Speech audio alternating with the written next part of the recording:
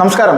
നമ്മുടെ രാജ്യത്ത് popular front എന്ന് പറയുന്ന ഭീകരവാദ പ്രസ്ഥാനത്തെ 2022 സെപ്റ്റംബർ മാസം 28-ാം തീയതി നിരോധിക്കുന്നതിന് തൊട്ടു മുന്നോടിയായിട്ട് ഇവരുടെ ദേശീയ ചെയർമാൻ അടക്കമുള്ള പ്രധാനപ്പെട്ട നേതാക്കന്മാരെ മുഴുവനും ഓരോ സംസ്ഥാനങ്ങൾ കേന്ദ്രീകരിച്ചുകൊണ്ട് അവരുടെ വീടുകളിൽ പോയി തന്നെ NIA പൊക്കുന്ന ഒരു അവസ്ഥയുണ്ടായിരുന്നു.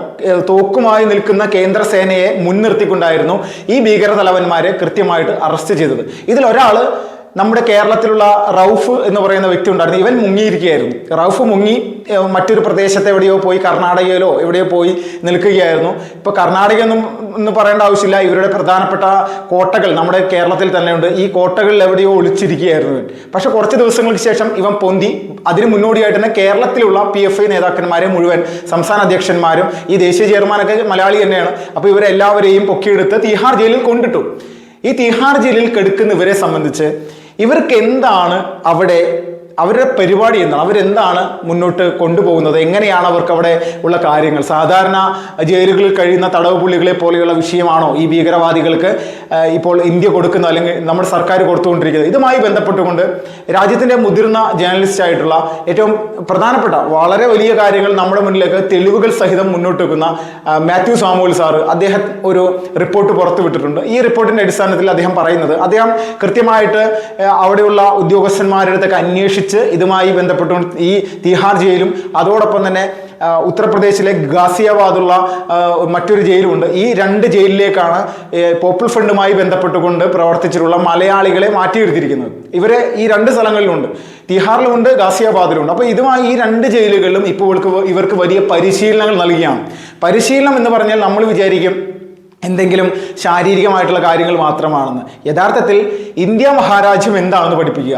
ആദ്യത്തെ ഘട്ടങ്ങളിൽ ദേശീയ ഗാനം പോലും ചൊല്ലാനായിട്ട് ഇവന്മാർ മടി കാണിച്ചിരുന്നു എന്നുള്ളതാണ്. ദേശീയ ഗാനം ചൊല്ലാൻ മടി കാണിക്കുന്ന ഒരു ഇന്ത്യക്കാരനോട് ഏത് തരത്തിലായിരിക്കും നമ്മുടെ സൈനിക ഉദ്യോഗസ്ഥന്മാർ അല്ലെങ്കിൽ നമ്മുടെ NIA അടക്കമുള്ള ഉദ്യോഗസ്ഥന്മാർ എങ്ങനെ പ്രതികരിക്കും, ഏത് തരത്തിലായിരിക്കും പ്രതികരിക്കുക എന്നുള്ളത് നമുക്കറിയാലോ. കുനിച്ചു നിർത്തി കുർബാന ചൊല്ലിക്കുക എന്നുള്ള നയം മാത്രമേ ഈ PFI ഭീകരരോട് ഈ നമ്മുടെ രാജ്യത്തുള്ള ഉദ്യോഗസ്ഥന്മാർ ചെയ്യുകയുള്ളൂ. കാരണം രാഷ്ട്രത്തിന് വേണ്ടി ജീവിക്കുകയും പ്രവർത്തിക്കുകയും ജീവൻ വരെയും ഈ രാഷ്ട്രത്തിന് വേണ്ടി സമർപ്പിക്കാൻ വേണ്ടി നിലകൊള്ളുന്ന നമ്മുടെ രാജ്യത്തിൻ്റെ ഏറ്റവും പ്രധാനപ്പെട്ട ഉദ്യോഗസ്ഥന്മാരാണ്, അല്ലെങ്കിൽ സേവനം അനുഷ്ഠിക്കുന്ന ആളുകളാണ് ഇവിടെ ഈ NIA പോലെയുള്ള സംവിധാനങ്ങളിൽ പ്രവർത്തിക്കുന്ന.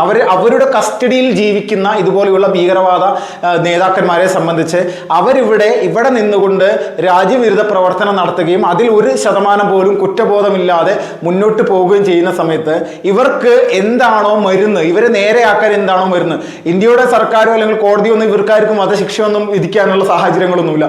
ജീവപര്യന്തമോ മറ്റ് കുറേ വർഷങ്ങളൊക്കെയാണ് ഈ കേസിൻ്റെ വിധി വരുന്ന സമയത്ത് ഇവർക്ക് അനുഭവിക്കേണ്ടി വരിക. അപ്പോൾ ഇങ്ങനെയുള്ളൊരു സാഹചര്യം നമ്മുടെ രാജ്യത്ത് നിലനിൽക്കുന്നുണ്ട്. അപ്പോൾ ഈ ഭീകരവാദികൾ നമ്മുടെ രാജ്യത്തിൻ്റെ ദേശീയ ഗാനം പോലും ചൊല്ലാൻ മടി കാണിച്ചിരുന്ന ആളുകളെ ഇപ്പോൾ കൃത്യമായിട്ട് അവിടെ ഭാരതീയ സംസ്കാരം അനുസരിച്ചുള്ള ഒരുപാട് കാര്യങ്ങൾ പഠിപ്പിക്കുകയാണ്. ഭാരതീയ സംസ്കാരം അനുസരിച്ചുള്ള ശാരീരിക സംവിധാനങ്ങൾ അത് യോഗയിലൂടെ ചെയ്യിക്കുന്നു.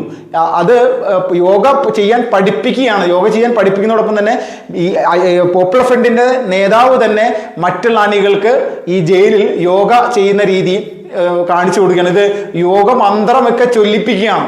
ഇങ്ങനെയാണ് വരുന്നത്. യോഗയുടെ ഒരു മന്ത്രമുണ്ടല്ലോ, യോഗ ചെയ്യുന്നതിന് മുന്നുള്ള ഒരു മന്ത്രമെല്ലാം ചൊല്ലിപ്പിച്ചുകൊണ്ടുള്ള കലാപരിപാടി. ഇപ്പോൾ നമ്മൾ പ്രധാനമായിട്ട് സൂര്യ നമസ്കാരം ചെയ്യുകയാണ്. അപ്പോൾ സൂര്യ നമസ്കാരത്തിൻ്റെ മന്ത്രങ്ങൾ എന്താണ്?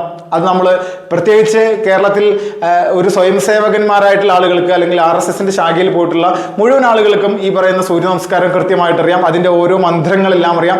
ഇതേ സംവിധാനം തന്നെ ഒരു സമയത്ത് നമ്മൾ RSSൻ്റെ ശാഖയിൽ ചെയ്തിരുന്ന അല്ലെങ്കിൽ ഇപ്പോഴും വലിയ രീതിയിൽ ചെയ്തുകൊണ്ടിരിക്കുന്ന ഈ സൂര്യ നമസ്കാരം എന്നുള്ളത് ട്രൗസർ ഇട്ട സംഗീതം എന്നുള്ള രീതിയിലൊക്കെ സോഷ്യൽ മീഡിയയിൽ വലിയ രീതിയിൽ പ്രചരിപ്പിച്ചിരുന്ന ഇതേ PFIക്കാർക്ക് ചെയ്യേണ്ടി വരുന്നു എന്ന് പറയുമ്പോൾ നമ്മൾ ആലോചിച്ച് നോക്കണം. ഇപ്പോൾ പോപ്പുലർ ഫ്രണ്ടുകാരെ ഇതൊക്കെ ചെയ്യിക്കുന്നത് എന്തിനാണെന്നുള്ളതാണ്. അപ്പോൾ ഇത് ഇന്ത്യ മഹാരാജ്യം ഒരു ജനാധിപത്യ രാഷ്ട്രമാണ്.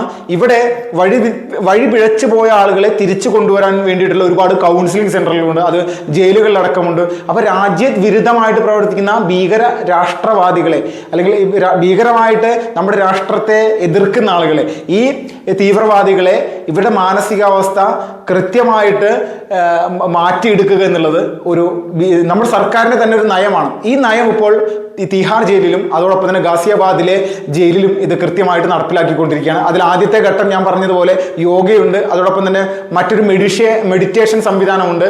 യോഗയ്ക്ക് പുറമെ അത് ബുദ്ധമതവുമായി കേന്ദ്രീകരിച്ചുകൊണ്ടുള്ള മെഡിറ്റേഷനാണ്.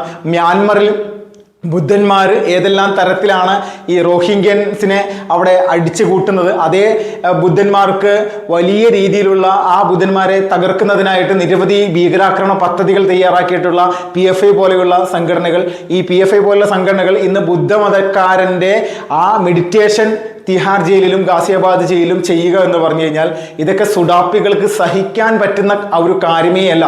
അത്രത്തോളം വലിയ രീതിയിലുള്ളൊരു വിഷയം ഇപ്പോൾ ഇന്ത്യ മഹാരാജ്യത്ത് ഈ ഭീകരവാദികളുമായി ബന്ധപ്പെട്ടുകൊണ്ടുള്ള ചർച്ചകളിൽ നടന്നുകൊണ്ടിരിക്കുകയാണ്. അപ്പോൾ പൂർണ്ണമായിട്ടും ഈ ഭീകര തലവന്മാർക്ക് ഇപ്പോൾ യോഗയും ബുദ്ധ മതവുമായി ബന്ധപ്പെട്ടുള്ള മെഡിറ്റേഷൻ അടക്കമുള്ള കാര്യങ്ങളും കൃത്യമായിട്ട് ഇപ്പോൾ അവിടെ ചെയ്യിപ്പിക്കുകയാണ്.